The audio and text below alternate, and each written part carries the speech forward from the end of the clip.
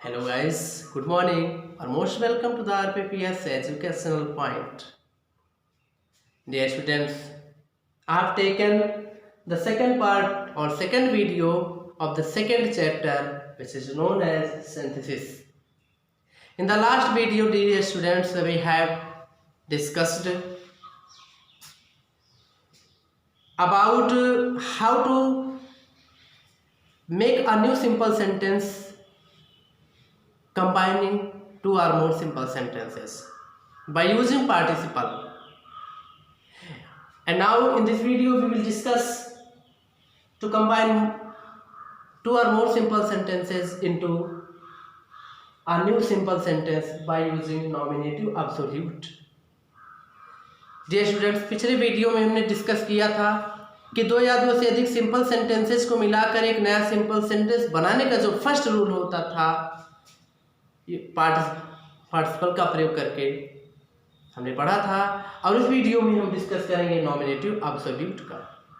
तो dear students, let's start now. Nominative absolute क्या होता है? नॉमिनेटिव एब्सोल्यूट डियर स्टूडेंट्स उस कर्ता को कहते हैं जो वाक्य में स्वतंत्र होता है, क्योंकि ऐसे कर्ता का कोई भी प्रभाव वाक्य के वर्ब पर नहीं पड़ता है, और क्योंकि यह ना तो किसी फाइनाइट वर्ब का सब्जेक्ट होता है और ना ही कर्म होता है। इस चीज़ को आपको हमेशा ध्यान रखना है कि ये जो नॉमिनेटिव एब्सोल्यूट होता है ये इसका किसी भी फाइनाइट वर्ब पर कोई प्रभाव नहीं पड़ता, क्योंकि किसी फाइनाइट वर्ब का सब्जेक्ट नहीं होता है और ना किसी फाइनाइट वर्ब के ऑब्जेक्ट का सब्जेक्ट ही होता है। ये पहली चीज़। दूसरी बात, आप ये ध्यान दें कि नॉमिनेटिव एब्सोल्यूट का प्रयोग करते कब है?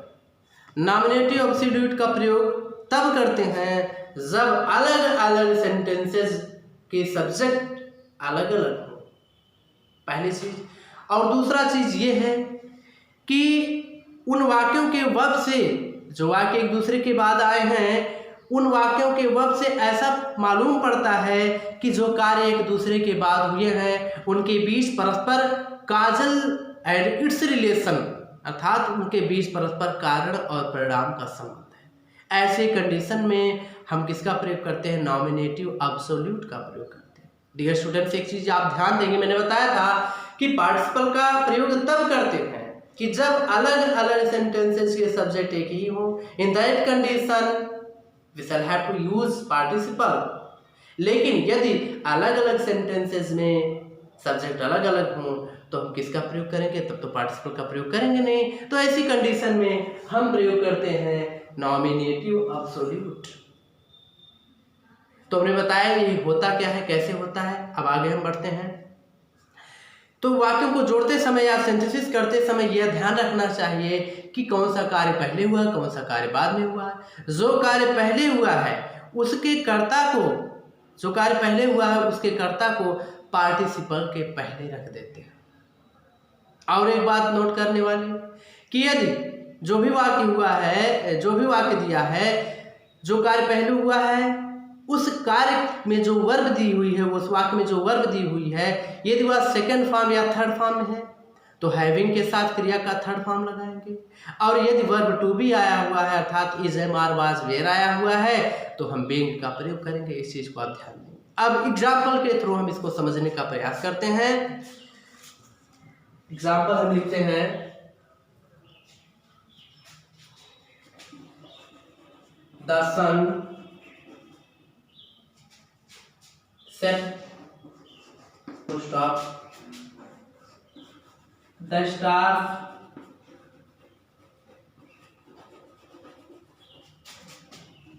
केम अप इन द स्काई। तो आप इसको देखेंगे, पहली कंडीशन हम देखते हैं। द सन सेट, सूर्यास्त हो गया। The stars came up in the sky, तारे आकाश में आ गए। तो आप देखेंगे कि ये सब्जेक्ट इस सेंटेंस का अलग है जो कि सन है, और इस सेंटेंस का सब्जेक्ट अलग है। अब आप देखेंगे सीधी सी बात है, इसमें किसी भी कंडीशन में पार्टिसिपल का प्रयोग नहीं होता है, क्योंकि पार्टिसिपल में जब सब्जेक्ट एक ही होते हैं अलग अलग सेंटेंसेस में, तब हम किसका प्रयोग करते हैं? पार्टिसिपल। इसका सब्जेक्ट अलग है पहली चीज। दूसरी चीज आप देखेंगे कि दोनों जो वाक्य हैं इनमें जो कार्य हुआ है एक के बाद, क्या उनमें आपस में कारण परिणाम का संबंध है? तो देखेंगे द सनसेट, सूर्यास्त हो गया।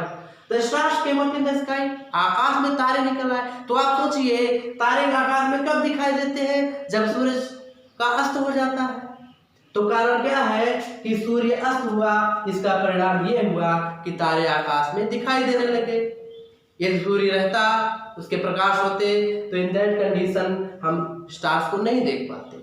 तो पहली चीज सब्जेक्ट अलग अलग, दूसरा चीज दोनों में कारण और परिणाम का संबंध है। Correct.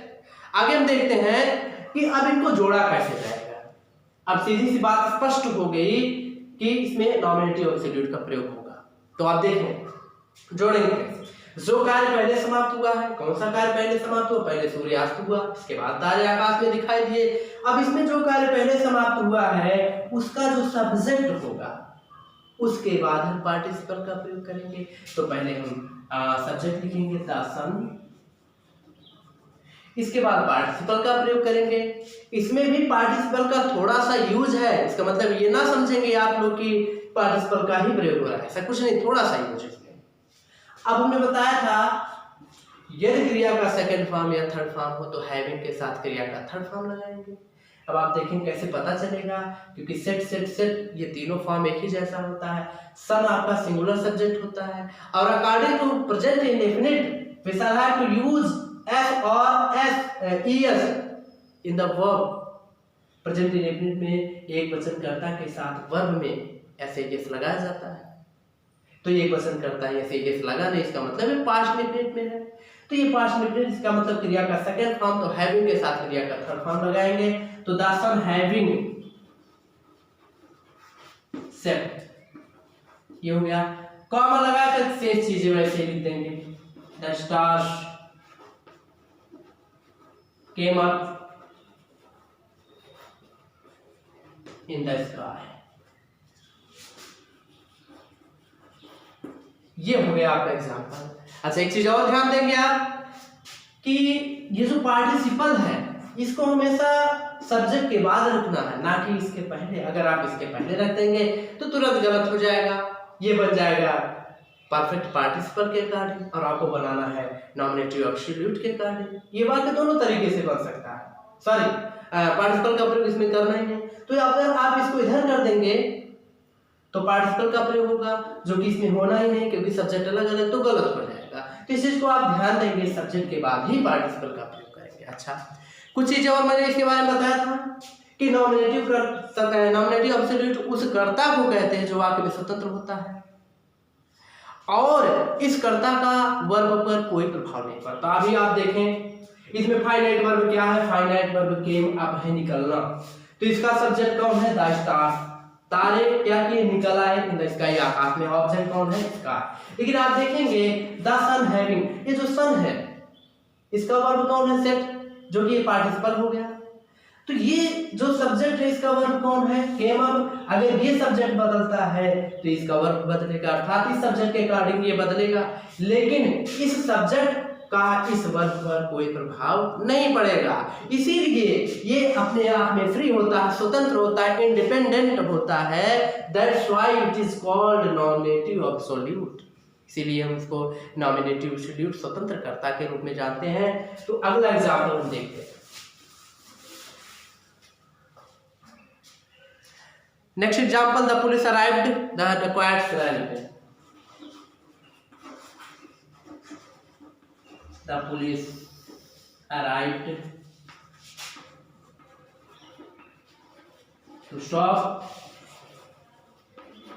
the dacoits ran away। अब आप देखेंगे द पुलिस अराइव्ड, पुलिस आ पहुंची, द dacoits ran away, चोर या सॉरी dacoit भाग गए, डकैत भाग गए। तो आप यहाँ देखेंगे दोनों सेंटेंसेस का सब्जेक्ट अलग अलग, इसमें पुलिस है, इसमें dacoit है। पहली चीज। दूसरी चीज दोनों में कारण परिणाम है। dacoit कब भागे? जब पुलिस आए। तो कारण ये है पुलिस के आने का, परिणाम क्या हुआ? चोर या dacoit भाग गए। तो ये चीज आप देखेंगे। अब इसको कैसे करना है? द पहले सब्जेक्ट लिखेंगे पुलिस। अब क्रिया का थर्ड फॉर्म है तो having arrived, comma the Duckett ran away. ये हो जाएगा आपका, जो कि पहले भी और एग्जांपल हमने बताया था कुछ और कि यदि क्रिया का सेकंड फॉर्म या थर्ड फॉर्म आता है तो हम हैविंग का प्रयोग तभी करेंगे सब्जेक्ट के बाद, और यदि वर्ब टू बी आता है अर्थात इज एम और वाज वेयर आता है तो ऐसी कंडीशन में हम हैविंग का प्रयोग नहीं करते हैं। In that condition we shall have to use being in place of verb to be. Example देखते हैं, the picture was interesting,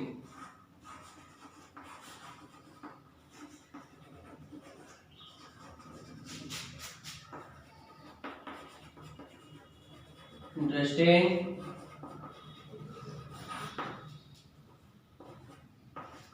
full stop, we enjoyed it।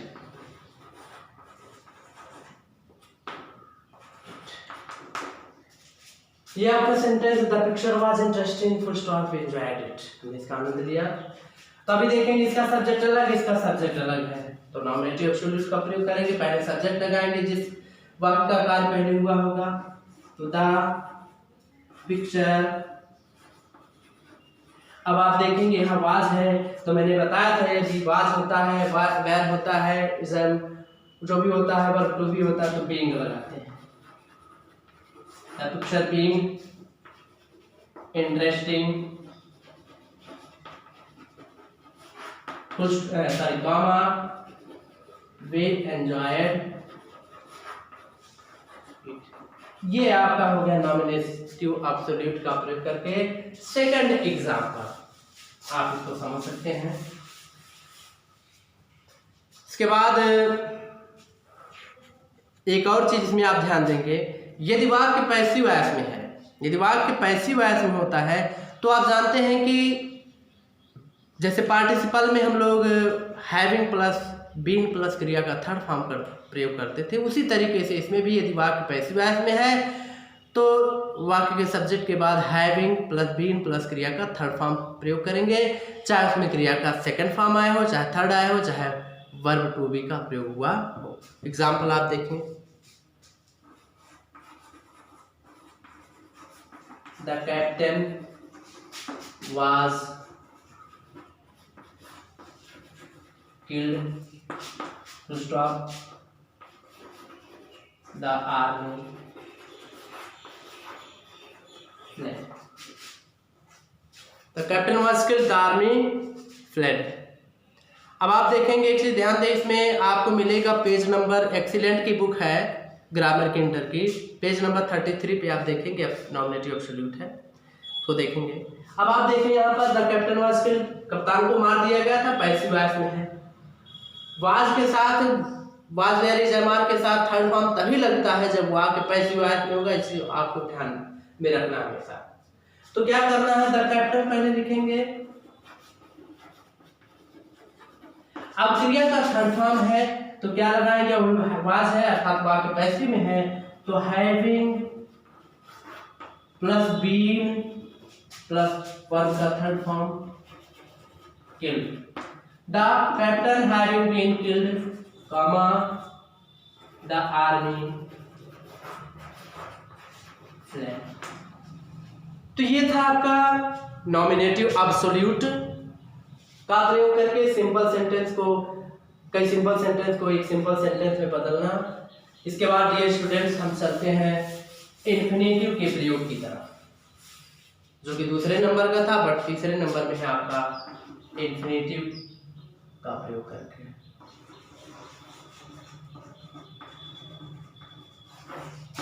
Using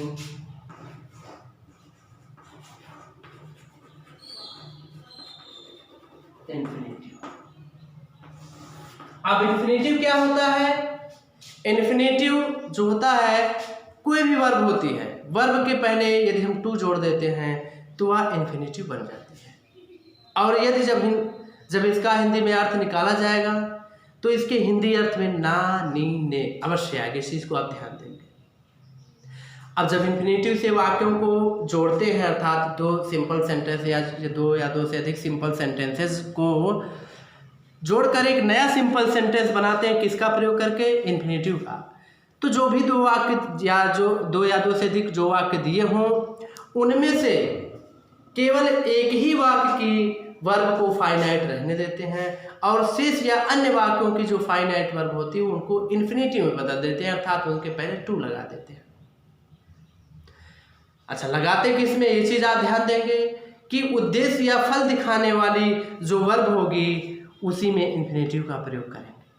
जैसे दो वाक्य दिए हैं, दोनों वाक्यों में से आपको देखना किसमें फल या उद्देश्य किसमें दिखाई दे रहा है। जिसमें उद्देश्य दिखाई दिया हो उसकी जो वर्ब हो उसी के पहले हम टू लगा करके वाक्य को जोड़ देते हैं। आप एग्जाम्पल समझें। He took a knife, full stop. He wanted to kill the hen. ये आपका एग्जाम्पल है। He took a knife, उसने एक चाकू लिया। He wanted to kill the hen, उसने मुर्गी को he wanted to kill the hen, वह मुर्गी को मारना चाहता था। अब ये दो वाक्य हैं, दोनों का सब्जेक्ट एक ही है, इसमें भी सब्जेक्ट एक ही होता है। अच्छा, अब इसमें आप देखेंगे कि उद्देश्य किसमें है। उसने चाकू लिया, he wanted to kill the hen, वह मुर्गी को मारना चाहता। तो उद्देश्य क्या है? चाकू लेना है, मुर्गी को मारना। तो उद्देश्य है मुर्गी को मारना।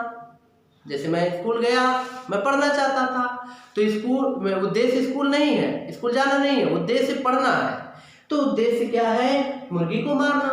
तो आप क्या करेंगे, जो पहला वाक्य रहेगा, जो कार्य पहले हुआ होता है, उसे सेम टू सेम वैसे रखते हैं। हमने बताया कि एक जो फाइनाइट होती है, वाक्य का एक फाइनाइट वर्ब होती है, उसे एक फाइनाइट में ही रहने देते हैं, शेष वाक्यों को चेंज कर देते हैं। किसको बदलते हैं? जिसमें उद्देश्य या फल दिखे। अब उद्देश्य किसमें दिख रहा है? इसमें, तो इसमें फाइनाइट लगेगा और इस वाले वाक्य को सेम ऐसे ही लिख रहने देंगे। तो हो जाएगा ही टुक अ नाइफ। अब आप इसमें देखेंगे उद्देश्य क्या है, वर्ब क्या है? किल। इसमें ऑलरेडी टू लगा हुआ, तो एक और टू नहीं जोड़ेंगे, इसको ऐसे उठा करके रख देंगे, टू किल द hen। ये हो गया आपका, ये है ना, यहाँ से जोड़ दें। He took a knife to kill the hen, उसने मुर्गी को मारने के लिए चाकू लिया। तो इस तरीके से आपका ये इन्फिनेटिव का प्रयोग करके हम सिंपल सेंटेंस को जोड़ सकते हैं। एक चीज और, अगर इसी वाक्य को कहा जाए कि पार्टिसिपल का प्रयोग करके जोड़िए, तो आप इसको कर सकते हैं, क्योंकि सब्जेक्ट एक ही है। तो हो जाएगा taking a knife, he wanted to kill the hen। तो इस तरीके से कर सकते हैं। कि एग्जांपल और समझते हैं हम।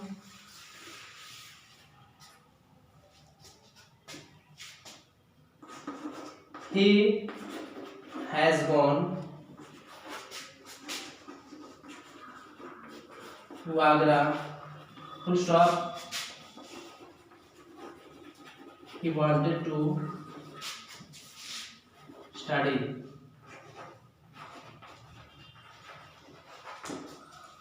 तो इसमें देखेंगे he has gone to Agra, वह आगरा गया, wanted to study, वह पढ़ना चाहता था। तो उद्देश्य से आगरा नहीं जाना है, बल्कि उद्देश्य पढ़ाई करना है। तो जो उद्देश्य है उसको बाद में इन्फिनेटिव लगा के लिखेंगे, और जो बिना उद्देश्य वाला उसे सेम टू सेम लिख देंगे। he has gone to Agra. इसमें मेन वर्ब से मतलब आपका टू स्टडी है, इसी को जो वर्ब टू लगा हुआ उसको लगा देंगे, जिसमें नहीं लगा उसमें नहीं, अपने तरफ से लगा देंगे। टू स्टडी, ये होगा। और बहुत सारे एग्जाम्पल्स आपके होते हैं। अच्छा, एक चीज आपको और सबसे इंपॉर्टेंट चीज इसमें बता दें, यदि कोई ऐसा वाक्य दिया हो जिसमें वेरी का प्रयोग किया हो, किसका? वेरी का प्रयोग हुआ, तो वेरी को हम हटा करके एडवर्ब टू का प्रयोग करते हैं, TOO। Example, he is very weak, full stop, can not अब आप देखेंगे यहाँ वेरी है तो हो जाएगा ही इज टू वीक।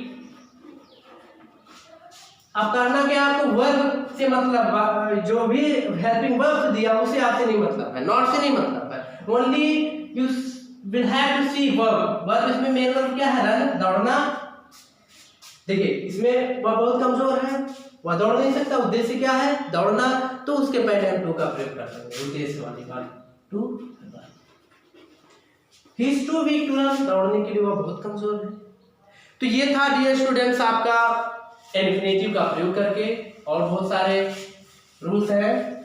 और होमवर्क आपको डियर स्टूडेंट्स बता देते हैं। एक्सीलेंट ग्रामर की इंटरमीडिएट की आप बुक ले लेंगे और पेज नंबर 31 सिंथेसिस का जो पेज नंबर 31 है उसका एक्सरसाइज नंबर 1 to 25 आप करेंगे। जो भी चीज़ें ना समझ में आएगी आप कमेंट में उसको कमेंट सेक्शन में डाल करके पूछ सकते हैं। और एक्सरसाइज नंबर 2 इन्फिनेटिव वाला पढ़ सकते हैं, इसको कर सकते हैं। और एक्सरसाइज नंबर 3, ये तीनों आप होमवर्क किए रखेंगे। और फिर ये उम्मीद करते हैं, I hope that you would have understand it very easily. और हम आज के लिए इतना ही, and we will meet you in the next video. Thank you for seeing.